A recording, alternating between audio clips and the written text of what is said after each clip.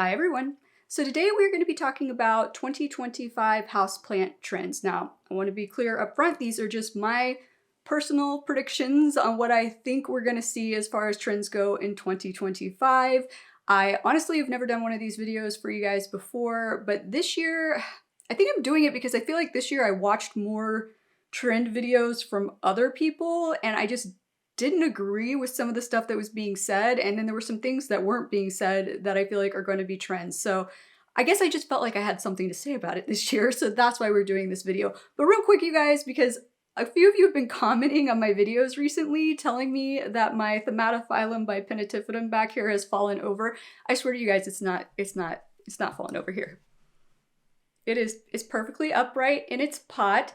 I think it's just the camera angle and the fact that you can only see the leaves that are tilting this way that keeps making you guys think that it has fallen over, but it is fine. It has not fallen over. It has never fallen over. It is perfectly safe. But starting off with these 2025 houseplant trends, I kind of want to talk about some of the things that we saw in 2024 that I think some people predicted, some people didn't. And one of the biggest things we saw was a continued decrease in prices of plants, especially prices of plants that used to be astronomically high. They dropped drastically over the course of 2024. Now, I did do a whole entire separate video last year on why the prices were dropping. So if you guys want to check that out, I will drop a link in the description below for you guys. But I do foresee this trend still continuing to a certain extent. So the thing is I think a lot of people think that the pricing there's a lot of predictions that now it's going to kind of go in the opposite direction.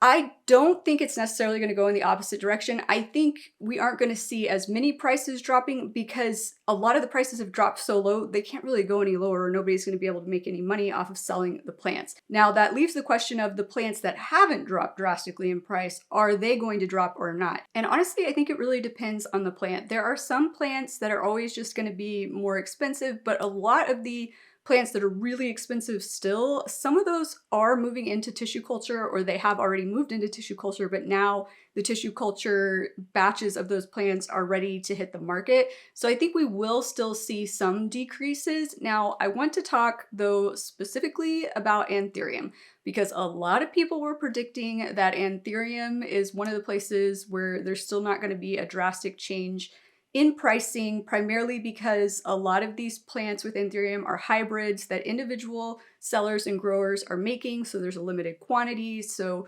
your demand and supply ratio is such that they can still charge higher prices for them. However, I don't necessarily agree with that. I think there will be some hybrids that come out, just as there always are with Anthuriums, that are going to be limited supply, really cool hybrids. People are going to want them and they're going to be willing to pay high dollar for them. I don't think necessarily that part will change, but I think it's going to have to be a really stellar, awesome hybrid for people to pay the prices that they were paying last year. And the reason that I think this is because we are also going to see, predicting right now, over 2025, more of the Anthuriums that used to cost us hundreds and hundreds of dollars appearing in our local stores, both local nursery chains and big box stores, as we already saw happen last month when Doc Block Michelle Anthurium suddenly popped up in Home Depot. And for any of you curious, no, he did not tell me when I was at his home in September that those plants were going to be launching in Home Depot. It did not come up, okay? I don't know if he just didn't have permission to tell me or I don't even know if he knew. So actually, let's touch on this subject really quick because while I was out at Doc Block's place in September, we talked a lot about how him selling his plants works. Just so you guys know, he's never individually as himself sold a plant to anybody. He's never shipped a plant, nothing. He basically partners with people and gives them rights to sell his plants, and then he gets paid basically like a royalty fee for every plant that they sell. So a lot of the people, he just sends them seeds and then they basically cultivate and grow his plants at their own location and then sell them. So in case you guys aren't aware, the Home Depot, the Doc Block Michelles that hit Home Depot were being sold by, I believe, Proven Winners. Did I say that right? I'm pretty sure it's Proven, or is it? I'll flash it up on screen for you. I'm pretty sure it's Proven Winners is the line, and I can't remember who it is that actually sells it, but I'll have it up on screen for you. This is a pretty big company, so I don't know exactly how this came to be. And once again, because it is a pretty big company, I don't know if maybe he just didn't have permission to tell me while I was there. We did talk about what he thought about the prices that his plants are sold for and things like that. Because another thing I don't know that everybody realizes is he doesn't set the pricing for his plants. So a lot of people that give other people permission to sell their plants, they will set the price of the plant. Doc Block does not do that. He basically had told me, he's like, I don't have any say in what my plants are sold for.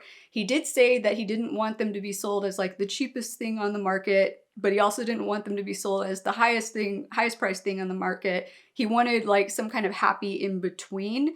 So I don't know exactly how he feels about, I should ask him, how he feels about his plants being in Home Depot, but he did mention while I was talking to him that he would love to see his plants more readily available in actual stores to people. So I'm pretty sure he's probably pretty happy about that. However, here's the thing I'm getting at with this. Proven Winners made the decision on the pricing for that plant. Anybody who follows the anthurium world, the selling world of anthuriums, will know that Doc Block Michelles, at the size that they were showing up in Home Depot for, were not being sold for that cheap anywhere else. Live sales on Palm Street, they were not being sold that cheap. People who live sell on Palm Street and then also have websites where they sell plants, they were not selling them on their websites for that cheap. Those plants were not available that cheap anywhere else before they hit Home Depot. Now, here's the thing.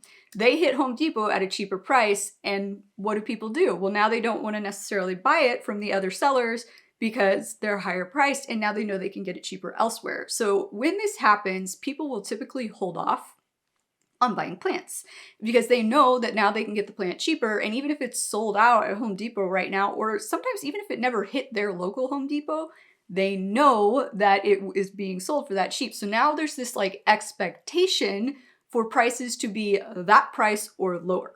And this is what happened. And I mean, a lot of us sellers felt this hardcore last year, especially earlier in the year when like strawberry shakes became so readily available at grocery stores in my area, especially, and things like that for like $50. And before that, they were selling for hundreds of dollars. And those of us who had acquired them at wholesale for like hundreds of dollars now had to sell them at a loss because nobody wanted to buy them. Even once all the strawberry shakes were sold out at the grocery stores and no more were appearing, nobody wanted to buy them for any higher than $50 because, well, that's now like the standard price as far as people are concerned. Is this how this should work?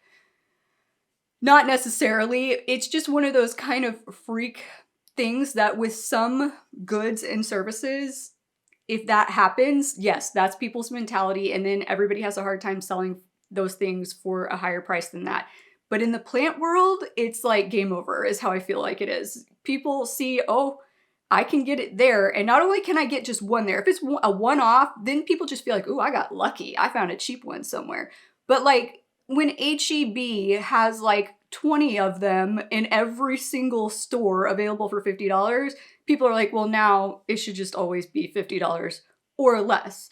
So I foresee that we are going to start to see that happening in the anthurium world. I also feel like because those Doc Block Michelles hit Home Depot at that lower price, now people are questioning, well, what else is going to hit Home Depot at a lower price in terms of anthurium over the course of 2025? So I think people are going to start to hold off more on purchasing anthurium to see if the pricing comes down.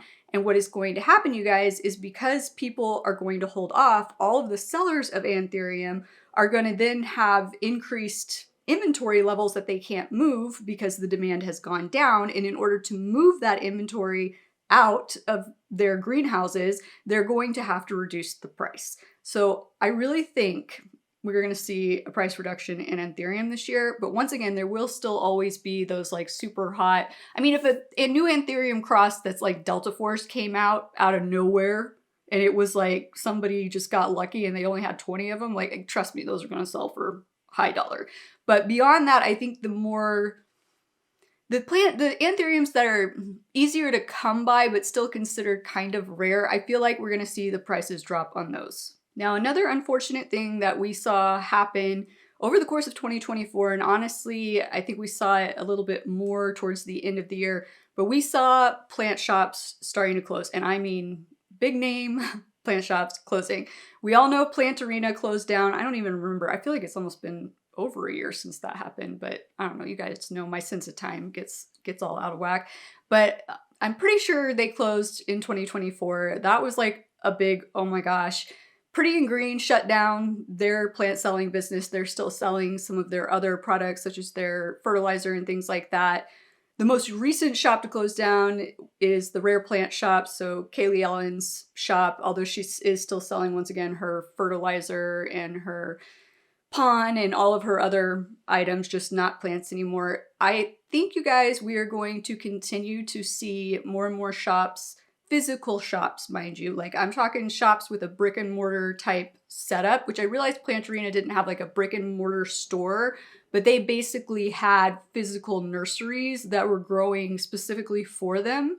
So there's overhead cost involved there, like drastic overhead cost involved there. So I think the shops that are doing that and have huge overhead costs, I think we're going to see more and more of those starting to close, unless they get on board with another trend that we already kind of saw starting to pick up in 2024, but I think it's going to explode in 2025, and that is live selling of plants via probably Palm Street, because that is fastly becoming the like most popular selling platform for live selling plants. I feel like it used to be Instagram. I'm pretty sure that the fees are drastically lower. So I think that's why we've already seen, especially towards the end of 2024, a lot of live sellers going exclusively on Palm Street and not selling anywhere else. They do also get an added benefit of even lower fees, I believe, if they go exclusive on Palm Street.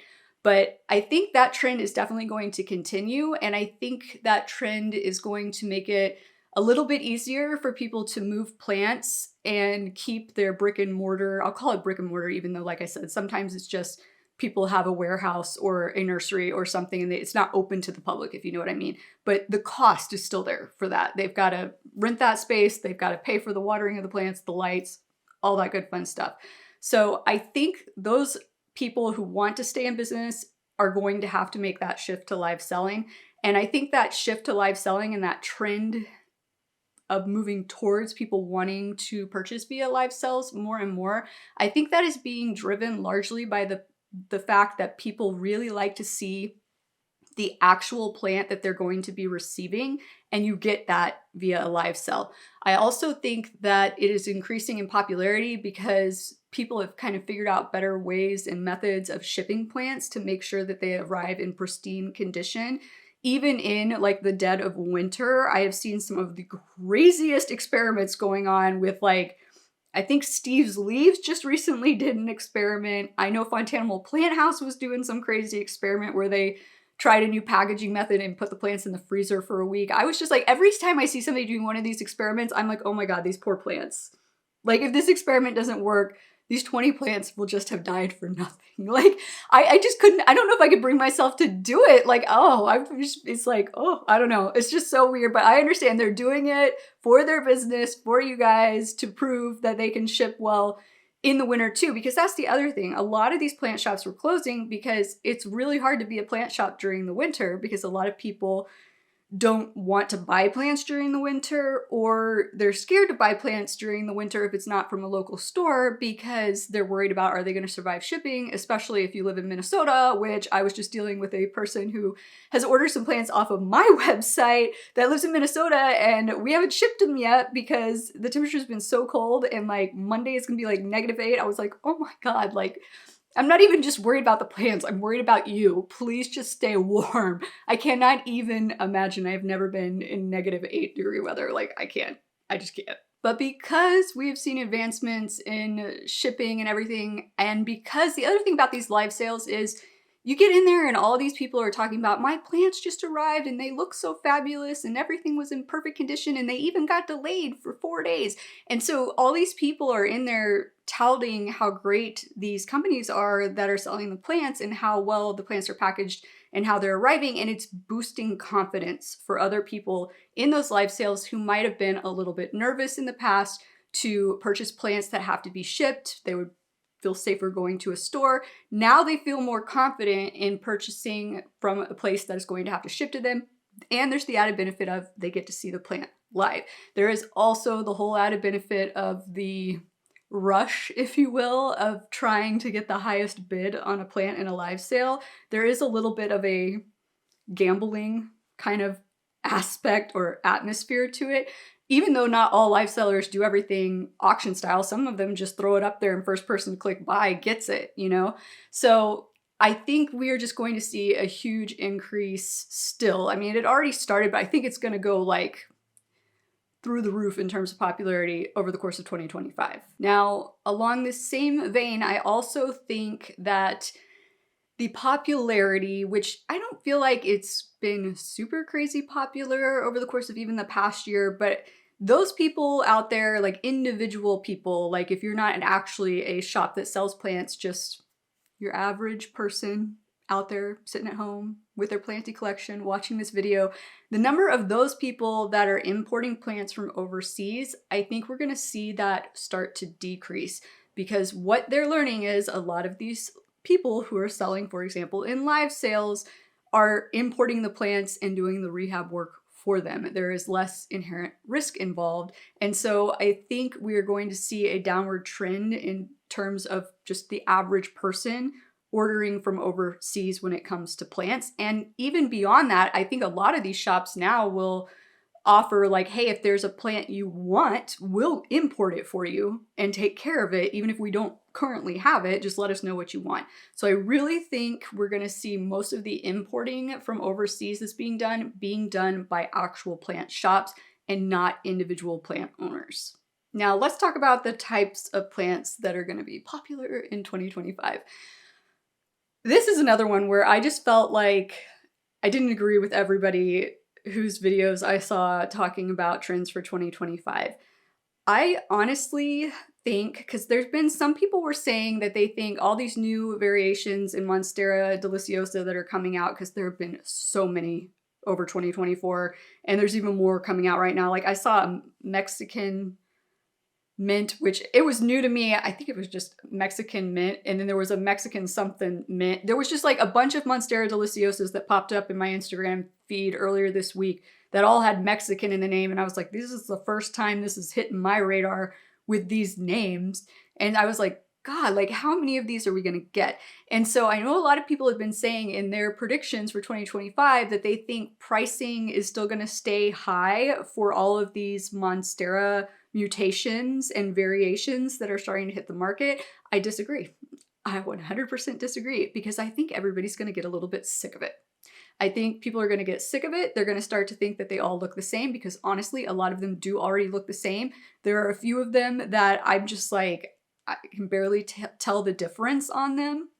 If I have some examples, I will flash them up on screen for you where I feel like it's really hard to tell the difference. Now I know there's some of you out there are going to be like, Drea, but the difference is this. And you're going to point it out to me. I'm not saying they're not different. Okay, I want to be clear. I'm not saying that there's not something different. I'm just saying from a casual glance, like if I were to show these to non-planty people, nobody would think this wasn't the same plant, right? That's what I'm getting at. I know that we know somebody can sit down and tell us what the differences are, but I feel like you really have to hunt for them. It's not blatantly obvious. And I just think people are going to start to feel so inundated with mutations of Monstera deliciosa that nobody's going to give a damn anymore. That is really my honest opinion.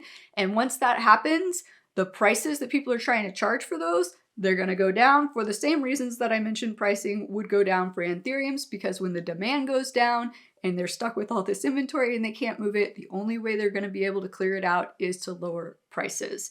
Now, I can 100% guarantee you though that there's going to be a ton of new mutations of Monstera deliciosa and probably even other plants that hit the market in 2025, because as we know, tissue culture has a tendency to produce variegation mutations more so than regular old propagation methods that aren't done via TC.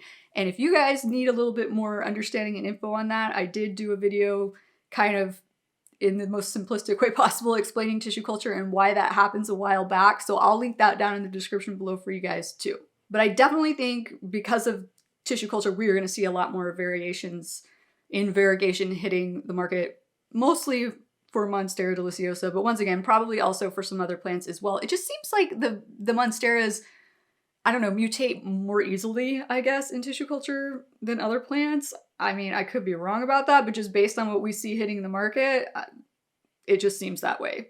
Now, kind of going along with what I was saying about people just probably becoming over it with the number of Monstera deliciosa variegated mutations that are going to be on the market, I think in general, we're going to see a decrease in the popularity of variegated plants. Now, I want to be clear, variegation will always be popular. I'm saying a decrease, not that variegated plants are going to become completely unpopular. That's not what I'm saying.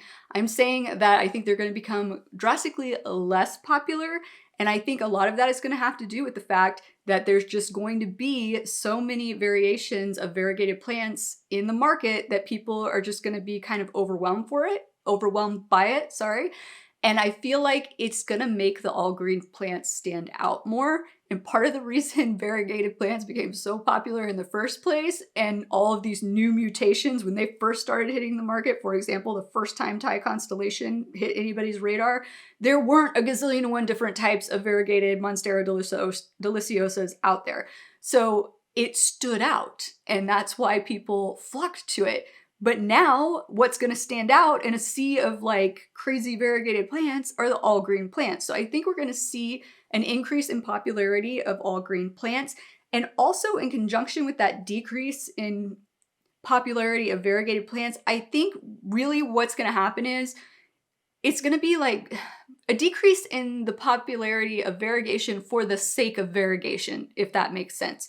Because as I have mentioned before, Anthurium, variegated Anthurium is a perfect example. Most variegated Anthurium don't look right to me, personally. It just looks wishy-washy.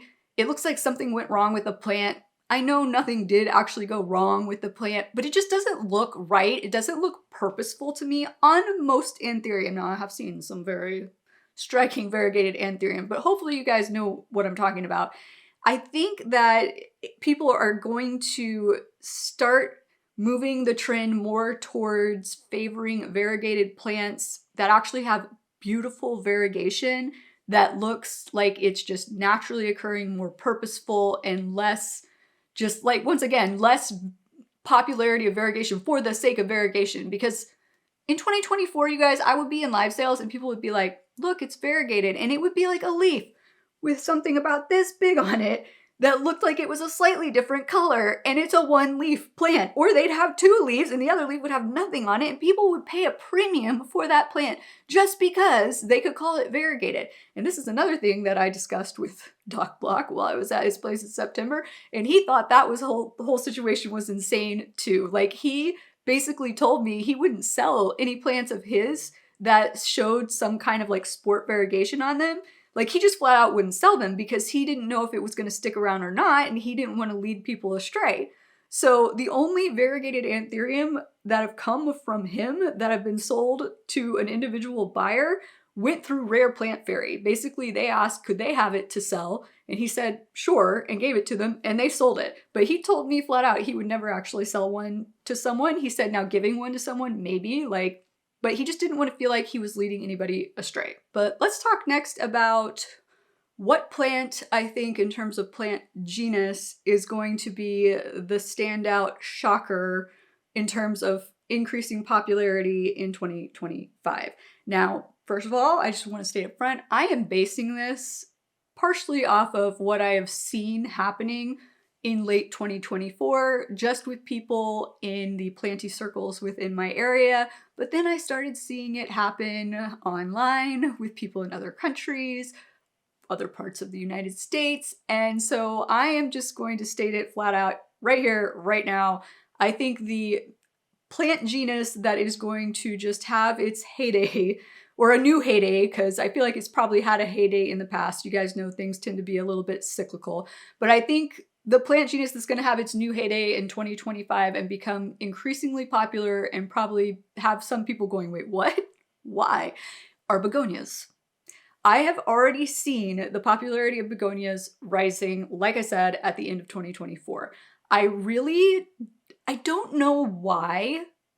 I feel like begonias just have never been the it plant. It's almost the opposite. I feel like a lot of people didn't like begonias. I remember when I first got into plants, a lot of the other planty YouTubers wouldn't talk about begonias because they would basically say nobody wants to watch a video about begonias. And I feel like the only person I personally follow and watch on YouTube, other planty person that really talks about begonias a lot is Wild Fern. And I don't know if maybe the people who have really gotten into them and now have started sharing their collections, their begonia collections, with everybody via YouTube and Instagram, TikTok, Facebook, whatever it may be. I don't know if maybe that's what's shifting people into gravitating more towards begonia or what, but I'm telling you guys, you're going to see an increase in popularity in begonias over 2025. However, I feel like it's going to be short-lived. So why do I feel like it's going to be short-lived? I feel like it's going to be short-lived for two big reasons. Well, I feel like it's just going to be so fast and furious, first of all, because there are so many different varieties of begonias. It's kind of like Hoyas. There are like thousands and thousands of different varieties of Hoyas, and Hoya heads, they go after, and that's how people end up with, like, they get into Hoyas, and they like, oh, I'm getting into Hoyas, and they have 5, and then like next week they have 500 because there's just so many varieties to choose from, you guys. It's not like Calathea where there's a limited number of Calathea that you can get your hands on, right? Like there's not 500 Calathea that you guys are going to be able to get and bring into your homes, like different varieties as houseplants. Well, with begonias, there are just an insane number, and begonias are pretty easy to hybridize as well, I believe. I don't know if they're as easy as anthurium, but it's pretty freaking close from what I hear. So there's just constantly different varieties of begonias. Now, I think that's just going to fuel people to want to get this begonia and that begonia and this begonia and that begonia and like collect them all, as it were. However, I feel like what a lot of people don't realize, well, first of all, let's talk about the fact there are two main types of begonias, if you will. You've got your Rex begonias and you've got your cane begonias. I think both of these are going to increase in popularity in 2025. I feel like the popularity of the cane begonias is probably going to be a little bit greater than the Rex begonias. I also think that the increase in popularity of the Rex begonias might peak and decline more quickly than the cane begonias, just because most people that I have talked to who have gotten into Rex begonias, they're harder than cane begonias to take care of, and lots of times it depends on the variety. So just kind of like with most genus of plants, some plants tend to do better in our homes than others. And so I think it's the same thing with Rex begonias. Some are better suited to transitioning to being a houseplant than others. But in general, Rex begonias don't seem to be quite as forgiving as cane begonias. But I also think cane begonias are going to peak not as quickly as Rex begonias. And actually, to be honest with you, cane begonias might not fully peak until probably sometime in 2026. And then we might see a decline in popularity, because here's what's going to happen, you guys. If you ever looked at begonias on like a site that sells begonias, Steve's Leaves is the perfect place. By the way, if anybody is already hopped on the begonia trend bandwagon, Steve's Leaves is like one of the best places to go. That's like their jam. They are like begonias first and foremost. I think that's pretty much, when they first started, I feel like all they did was begonias, and now they've branched out. So they're already set up to like do booming business this year if begonias just take off like I predict they're going to. So they have so many begonias, you guys, and so many different beautiful varieties. I mean, there are tons of cane begonias that they sell that I would love to have. But when you go on these sites and you look at these begonias, it's usually like a 2-leaf situation, or like the plant's like this big and it's maybe got 5 leaves, but it's like this big and you can't really even see the stems. You just see the leaf and the stem's like hidden behind the leaf. You're like, oh, look at this pretty leaf, and it just looks like this cute little plant. Well, cane begonias don't stay small, and they don't stay small for long. They grow super fast. I have compared these in videos before to like bamboo. They remind me of how bamboo grows. That's part of the reason they're called cane begonias. And they get crazy big, you guys. I keep showing you, and I incorrectly called him the bearded plant guy. I think he's the bearded plantaholic, technically. I think I showed this to you in a recent video. I don't even remember which video it was, but this is what happens. I mean, his is like attached to his ceiling. And yes, you can keep chopping it back, but they grow crazy fast, you guys. So I think a lot of people are going to get into begonias because they see these cute little plants. And then when they see what happens and how big they get and how honestly unruly they get, because they don't exactly, cane begonias don't exactly start off with a super thick stem. They have kind of thin stems, and so they tend to flop over all over the place, and you have to constantly stake them up. And I think people are just going to start to get annoyed with the growth pattern of them fairly quickly, and then just be like, I don't have room for these. Imagine if you got 300 of those because you just became a begonia head. We need a better term for that that's got alliteration. If anybody has any ideas, comment down below. But if you get into them, you get a few, and the next thing you know, you've got 300 or 500. Now imagine a year later when they're all like this. You're not going to have room for those. So I kind of predict, and once again, you guys, these are just my personal predictions. I could be completely wrong, but I kind of predict begonias are going to have a heyday, and then it's going to be like, what, why did we get into this? And it's going to go down. I feel like the people who can keep Rex begonias alive and thriving will probably continue to ride that trend for years and years and years. But I feel like the people who really struggle with them are just going to be like, I'm done with it, and move on. And cane begonias, like I said, I don't know. This is also based on my own experience of people who've gotten cane begonias, and then later on I'm like, how's your cane begonia doing? And they're like, oh, I ain't got that anymore. I got rid of that thing. I don't have time for that. Like, so this is kind of what I think is going to happen, but I still think we're just going to see a drastic increase in popularity of begonias in 2025. Now, the last trend that I have on my prediction list is that we are going to see new genus of plants that either we haven't seen being sold as houseplants before, primarily because they've mainly been sold as outdoor plants, but I mean, all of our houseplants are technically outdoor plants, right? But there are plants that traditionally have never been sold as a plant that you would put in your home, so not as a houseplant. And I think we're going to see a trend of those plants being put into homes more frequently, and some of the plants being actually specifically marketed as houseplants versus outdoor plants. And then also, I want to be clear too that when I say different genus that we haven't seen before, I don't mean that we could have some that have never been sold before. That's always a possibility. But also I think we might see some genus that are new to this generation. I don't know why I keep doing air quotes over here, you guys. New to this generation, perhaps they will be plants that were popular way back in the 70s or something like that. But I think we're going to see those plants that we have, or those genus that we haven't seen in a long time, suddenly start popping back up. I've already seen this happen with a few different genus. I've seen a lot more people bringing sweet potato vine into their homes, which I'm not gonna lie, you guys, sweet potato vine is a beautiful plant, especially if you get like if you can do a combination of like the green ones with the dark purple ones. I think it's absolutely gorgeous. Now, I have also heard that they can be a bit of spider mite magnets, which is why I never even thought about bringing one into my home, but I absolutely love how they look when I see them outside in the springtime and summer around my neighborhood, and they would look absolutely gorgeous inside if you can make sure that they aren't just gonna become pest central for you.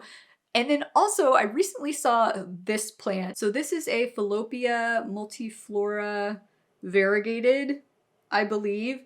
This is what I'm talking about. This has traditionally been an outdoor only plant, but variegated varieties like this pop up on Instagram and people think they're gorgeous and then they want to bring them into their homes. So this is the kind of thing I'm talking about. I think we're going to see genus that have not really been talked about a lot or at all suddenly popping up because people are just so, I don't know, they're looking for something new, right? We've just, over the course of like the pandemic in 2020 and all the tissue culturing that happened during that time and since, and all of these new mutations that are popping up and everything, I just think everybody is kind of, like I said, gonna get a little bit over it.